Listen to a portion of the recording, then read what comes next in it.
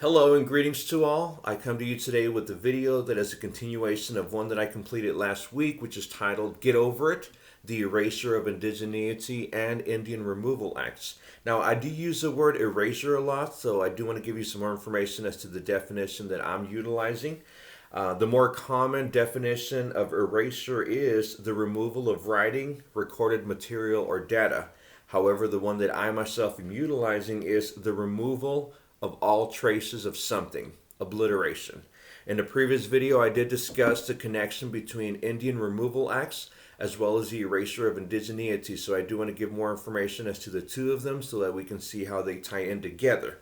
Now, as for Indian removal acts, this is a historical term that is assigned to a governmentally issued forced removal of an indigenous group to another area to make way for the colonization of a particular area or some sort of project, as we can see what's going on in the Amazons currently. As far as the erasure of indigeneity, a lot of people fail to see that this began a few hundred years ago, the moment Europeans began to settle this continent and hemisphere at large. We can see it through various machinations, which is the way that I refer to them, because they're just agendas that push for the erasure of the Native American presence in this country and this continent and hemisphere and the world at large.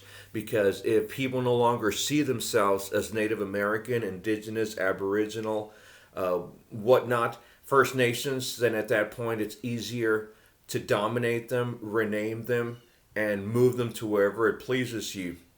Now, I did also mention, and I seriously do need to discuss this by conducting research as to just how deeply it affects a population to uproot them from their ancestral homelands, which is what happened with the Trail of Tears that we mentioned in the previous video.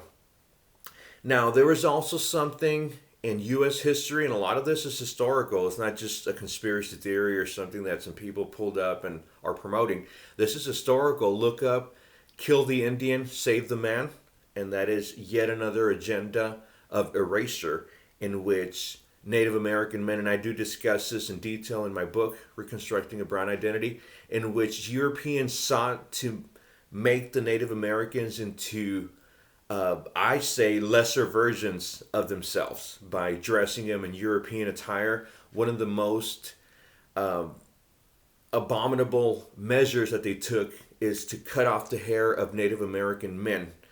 And this is horrible to me, since long hair has had a great significance in Native American culture, Native American spirituality. So as you can see,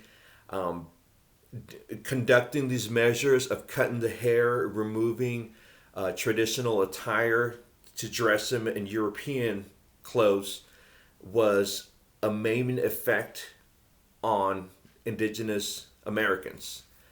And this lowered the indigenous morale. There are 5 nations, and they're nations, they're not tribes, because we also need to look at the terminology that we employ whenever we discuss Native American topics, because tribes degrades Native American nations. There are 5 nations which are referred to as the 5 civilized tribes. Among them are the Seminole, the Choctaw, and the Cherokee. And these were said to have been tamed by the white man. Well, after you uproot them from their original territories and migrate them on an excursion that caused and brought forth the death of hundreds of their members, of course you tame them. And it's not that they acquiesced, it's not that they were themselves domesticated, it's that you brutalized and beat them to the point of acquiescence. That is exactly what happened with these so-called civilized tribes.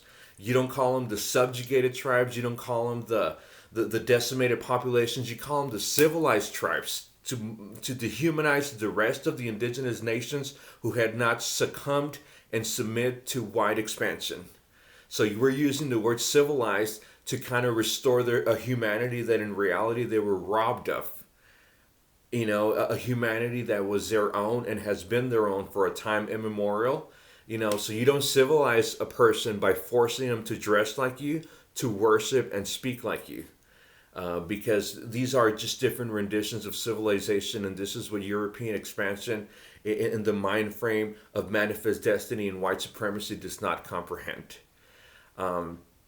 Now, there have been other erasure agendas. Mestizaje, you know, has been one of those.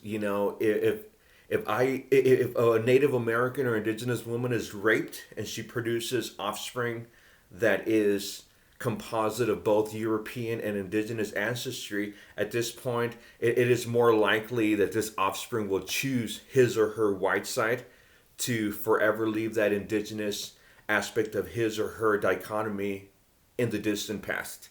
And mestizaje, seeing yourself as a hybridized individual who is half this and half that, but not wholesome, is yet another agenda of erasure.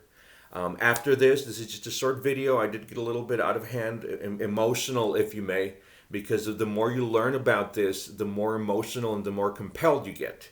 And that is what's important, not just getting senselessly emotional, but compelled to want to bring about change, which is what I'm gradually doing through my literature and through the production of these videos. After this, I do want to take the time, and I've just been really busy with work and literature and whatnot, but I do want to really break down just how verily it's affected indigenous peoples throughout this continent and hemisphere to be uprooted. That way we can look into what is currently happening in the Amazon and elsewhere in the world where traditional peoples' existence is being threatened by white expansion. Blessings and farewells to all.